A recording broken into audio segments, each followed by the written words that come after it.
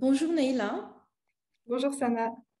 Ravie de te voir te joindre à ce panel du Coaching Summit deuxième édition 2021 qui aura lieu entre le 17 et le 21 décembre. Et donc, le sujet cette année, c'est se transformer pour transformer. Les personnes qui souhaitent nous suivre pourront s'inscrire sur le site directement www.coachingsummit.ma.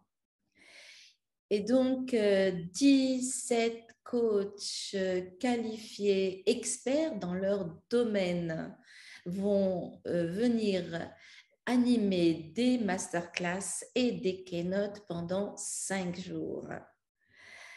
Un élan de solidarité dans cette période particulière, mais en même temps, un ensemble de personnes passionnées par l'accompagnement de l'humain, par le coaching, qui croient en ce modèle d'accompagnement pour faire émerger une transformation de l'individu, du collectif, des organisations de façon pérenne et de façon durable. Bien Donc, dit. donc, voilà, avant de te donner la parole, chère Neila, permets-moi de te présenter à nos auditeurs. Neila, tu es executive coach, tu es coach d'équipe, tu travailles beaucoup en coaching d'équipe et aussi tu es superviseur de coach. Tu es aussi d'origine libanaise et je tiens à le dire parce que ce coaching summit rassemble quand même 8 nationalités, huit coachs de couleurs différentes, de cultures différentes, qui vont venir partager avec nous des outils, des méthodes, leurs pépites aider le grand public voilà, à prendre conscience que chacun de nous a en lui un potentiel infini et qui mérite d'être révélé, et que chacun de nous, en allant vers une meilleure version de lui-même, va participer à un monde d'abondance, un monde équitable, un monde de coopération, parce que l'être humain a toujours travaillé, a toujours survécu en étant dans un groupe. On devait appartenir à un groupe pour pouvoir faire face aux dangers. Et c'est quelque chose qui est en nous. Et l'individualisme récent, moderne, nous éloigne quelque part de notre nature profonde. Donc, beaucoup de choses à transmettre, des messages forts et surtout des messages d'optimisme, des messages que tout est possible et qu'un nouveau monde ne veut pas dire un monde moins bon que celui que nous allons laisser derrière nous, parce que de toute façon, le monde ne sera plus le même. Nous traversons une crise, donc nous allons vers quelque chose de nouveau. Et faisons en sorte que ce nouveau soit encore plus lumineux. Voilà. Déjà, en travaillant de l'intérieur, en nous connectant à notre intériorité. Ça va venir de l'intérieur de chacun de nous. Et après, on va créer cette alliance, cette reliance entre les différents groupes, les différents individus, les différentes organisations. Donc, tu vas pouvoir nous dire un peu plus sur ce sujet. Donc, Neila, se transformer pour transformer, qu'est-ce que ça t'inspire? Beaucoup de choses. Évidemment, je ne vais pas les partager toutes, mais avant de commencer, je voulais vraiment te remercier, Sana, pour ton invitation, mais surtout te dire combien j'apprécie ce que tu fais. Je sens vraiment cette envie que tu as de partager, de rendre accessible des approches d'accompagnement en développement personnel, en coaching. Et tu le fais, je trouve, en tout cas avec beaucoup de générosité et de courage. Et ce que j'apprécie particulièrement, c'est ta capacité à concrétiser des projets nouveaux. Donc voilà, je voulais juste te dire merci avant de commencer. Alors, la question, c'était qu'est-ce que ça m'inspire? Oui. Le titre, oui. C'est un titre, en fait, qui me parle depuis très longtemps. Et évidemment, on peut l'approcher à partir d'angles différents, mais moi, personnellement, ce qui me touche particulièrement, c'est cette articulation, tu sais, entre la transformation personnelle et la transformation collective. Je trouve qu'il y a quelque chose de magique qui opère dans cette articulation, qui est très vertueuse, parce que c'est un petit peu comme une équation avec deux variantes qui sont interdépendantes. Et après, on peut jouer. Enfin, dans la dynamique, il y a des va-et-vient permanents entre les deux. Bon, plus concrètement, ce à quoi je pense, c'est que du côté de la transformation personnelle, tous les coachs le savent, quand on a envie de changer quelque chose dans notre environnement, chez les autres, notre entourage ou même dans le monde, il est plus lucide de se tourner vers soi et de se dire, bon, qu'est-ce que je peux changer en moi d'abord? Et ça, c'est une question de changement. La transformation, c'est plus profond. En tout cas, du côté de la transformation personnelle, il y a pour moi cette idée de responsabilité. C'est que vraiment, je pars de ce qui dépend de moi et je pars d'une forme de lucidité. Je ne projette pas mon besoin de changement, mon envie de changement sur les autres. Et quand je fais ça, eh bien, automatiquement, sans que j'ai une action directe sur les autres, il y a un changement qui s'opère au niveau de mon entourage. Parce qu'on est dans un système vivant et toutes les parties du système sont interdépendantes. Donc, voilà, il suffit de faire une action sur soi. Je ne dis pas que c'est simple, mais bon, pour que automatiquement, ce soit un levier de changement pour d'autres personnes autour de nous. OK, donc ça, c'est du côté de la transfo personnelle. Du côté de la transformation, pas professionnelle, mais collective, je trouve que quand on fait partie d'un collectif qui est dans une dynamique d'évolution, par exemple, on est stagiaire dans une formation, participant à une formation où vraiment, en conscience, on essaye de développer quelque chose ou de se transformer. Ou de travailler sur un projet commun. Quand on est bénévole dans une association et on sert tous une cause commune. On peut aussi être juste membre d'une équipe, mais l'équipe travaille sur un projet qui inspire tout le monde. Et donc, quand on est dans cette posture où on est membre d'un collectif et que le collectif est en train d'évoluer, eh bien, c'est un accélérateur pour notre propre transformation personnelle. Et ça, je trouve ça magique. C'est ce que j'ai dit au début, mais bon, j'insiste. C'est pourquoi un accélérateur? Parce que quand on est là, en présence de tous les autres, je vais faire une fenêtre, ben, il y a un jeu de contraste, de reflets entre moi et les autres. Et à chaque interaction, et à travers aussi les confrontations que je peux avoir avec les autres, j'apprends à me connaître de mieux en mieux. J'apprends à clarifier mon unicité. C'est par le jeu de reflets avec justement l'altérité, avec ce qui est autre que moi, avec comment les choses fonctionnent, les autres fonctionnent différemment de moi, et bien paradoxalement, ça me permet d'être encore plus près de moi-même et de voir à partir de quel lieu intérieur, vraiment à partir de quelle unicité je peux apporter à ce groupe. Donc d'un côté, et là du coup, de nouveau, il y a une autre dynamique. Moi-même, j'apporte au groupe par mon unicité. Et puis, c'est un processus itératif vivant, en fait. Donc, je peux te donner des exemples, mais je l'ai vécu pendant des années en accompagnant, par exemple, des personnes en coaching professionnel, ça peut être des dirigeants, des managers. Ils viennent avec là, quand il y a une conscience personnelle de vouloir changer les choses à son niveau déjà. Bon, ils viennent dans un espace d'accompagnement personnel, ils en profitent, ils avancent sur leurs objectifs.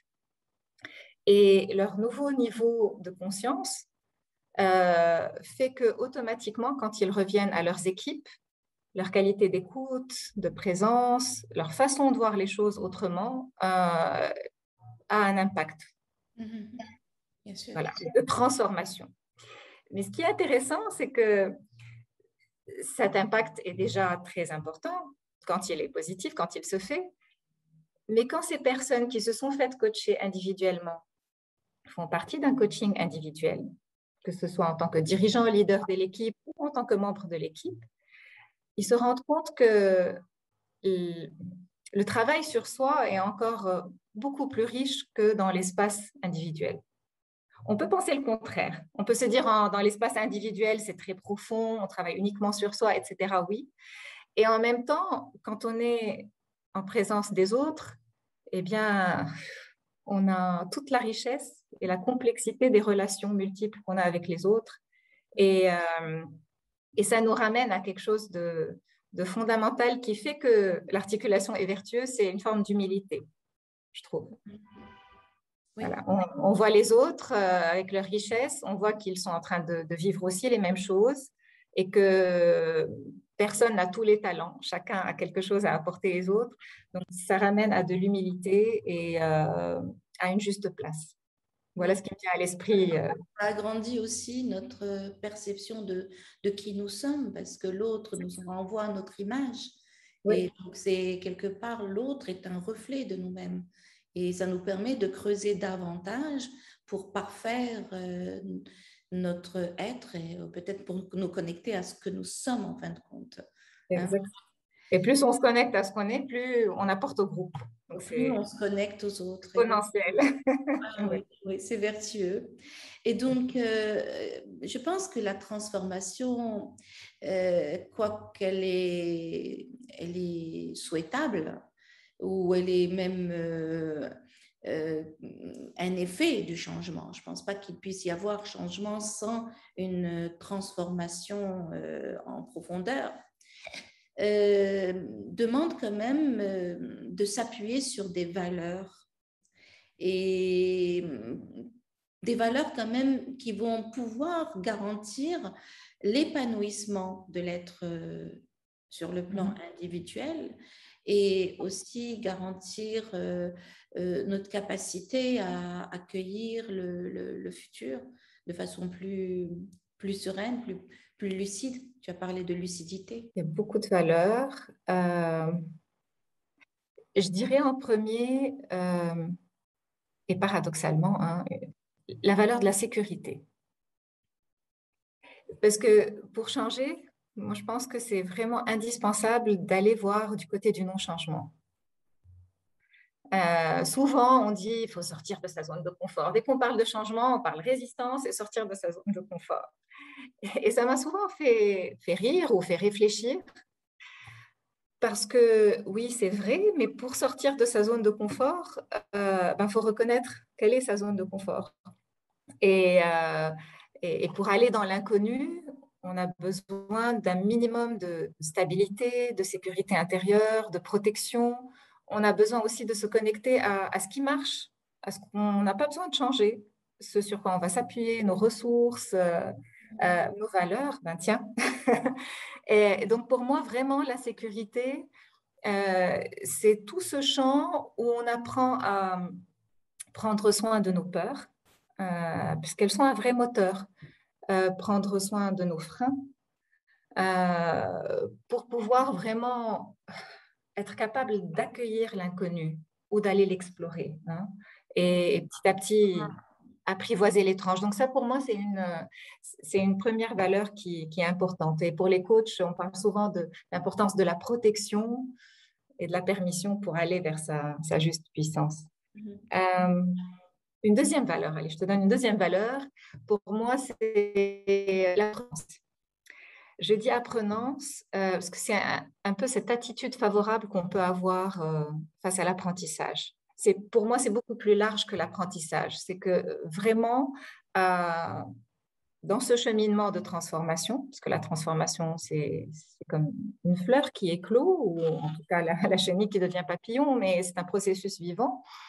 Et dans ce cheminement, ce chemin de vie, l'apprenance et ce regard, cette attitude sur les choses qui font que tout est information. La confusion, bah, c'est l'apprentissage, le fait de se perdre, le fait de faire des erreurs, ce qu'on peut appeler des erreurs, de prendre le mauvais chemin. Tout ça est occasion pour que la personne prenne du recul, se remette en question, se réappuie sur d'autres ressources, ajuste son action, etc. Donc, l'apprenant, c'est vraiment cette attitude d'apprentissage dynamique permanent, l'apprentissage en action avec cette réflexivité qui vient nous dire, bon, OK, là, tu ajustes ça. En tout cas, c'est toujours vivant. C'est de l'action, de la prise de recul sur comment ça se passe et qu'est-ce qui s'est passé, qu'est-ce que je peux ajuster pour pouvoir faire le deuxième pas. Parce que là aussi, je reviens à l'humilité. Une grande transformation commence et se fait par des petits pas, les uns après les autres. Évidemment, on peut dire parfois il y a des sauts quantiques, il y a des changements de niveau 2, ça c'est pour les coachs. Mais je suis plus partisane du changement en douceur. J'aime bien un proverbe qui dit on ne fait pas pousser une fleur on ne fait pas pousser une fleur plus vite en tirant dessus. En fait, bon, chaque graine va avoir son rythme pour pousser, va avoir besoin des ingrédients propres, de travail du terreau, etc. pour croître. Ça, c'est vraiment, après avoir beaucoup galéré, que je l'ai vécu. Enfin, j'ai appris à le vivre et à y croire. Donc, ça demande aussi de la patience. Beaucoup. Ajoute celle-là, s'il te plaît. Et il y en aura bien d'autres, l'autonomie, la liberté, etc. Donc, à ton avis, lorsque une personne, un individu décide ou prend conscience qu'il a besoin de transformer quelque chose en lui pour pouvoir aller de l'avant, hein, pour pouvoir faire face aux situations qu'il vit, est-ce que ça demande des prérequis pour se transformer?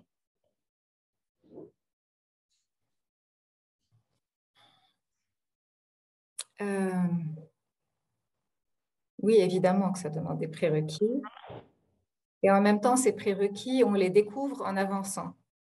On n'a pas forcément une idée très claire tout de suite, mais on comprend qu'il y a des conditions favorables. En tout cas, un prérequis qui reste toujours valable pendant le cheminement, c'est la connaissance de soi, le travail sur soi. Je suis sûre que beaucoup d'autres intervenants peuvent évoquer ce fameux connais-toi pour connaître ton Seigneur, etc. Dans toutes les cultures, il y a cette idée de se connaître profondément un petit peu dans son code source pour savoir à partir de quel lieu et quelle graine on va croître. Donc pour moi, toutes les approches, tous les types d'accompagnement qui peuvent aider la personne à mieux se connaître sont indispensables. Et je dirais aussi, j'ai évoqué deux choses tout à l'heure et j'aimerais bien les reprendre. Je pense qu'elles sont importantes. Il y a ce couple humilité et lucidité, c'est-à-dire plus on est lucide, plus on est conscient aussi de ses limites. Plus on est humble et plus on est détaché par rapport aux pressions illusoires qu'on se met. Et du coup, on peut aller dans de la transformation, on peut accueillir la transformation. Donc ça, c'est un point. Et puis l'autre, c'est vraiment juste clarifier l'intention et lâcher sur le résultat. Beaucoup vont le dire, mais je le redis, c'est important. Pour la transformation collective, que là, c'est la transformation personnelle. Pour la transformation collective, il y a deux autres points que je rencontre toujours dans mes expériences. Il y a l'importance de cette action d'expérimenter, de faire des erreurs et d'ajuster en permanence, une forme de prototypage. Et donc, une action en évolution permanente qui amène des prises de conscience qui elles-mêmes permettent d'avancer. Mais il y a aussi cette idée des alliés, euh, de, de juste se rappeler de s'appuyer sur les autres, qui sont un soutien, qui sont là pour aussi nous éclairer, nous apporter des perspectives différentes, nous montrer nos angles morts. Coucou, tu ne vois pas tout. Voilà, et qui sont là pour danser avec nous dans cette transformation collective. Pour soutenir le changement et l'accueillir. Oui. D'accord. Mais écoute, merci Neila Chouetter d'avoir répondu à mes questions. Et donc, avant de se dire au revoir, je dis aux chers auditeurs de se connecter au site www.coachingsummit.ma pour pouvoir s'inscrire librement et nous suivre via Zoom ou via les lives sur nos réseaux sociaux. Je te donne quand même le mot de la fin, Neila. Peux-tu compléter le slogan de ce sommet 2021, se transformer pour transformer quoi? Je n'y ai pas pensé.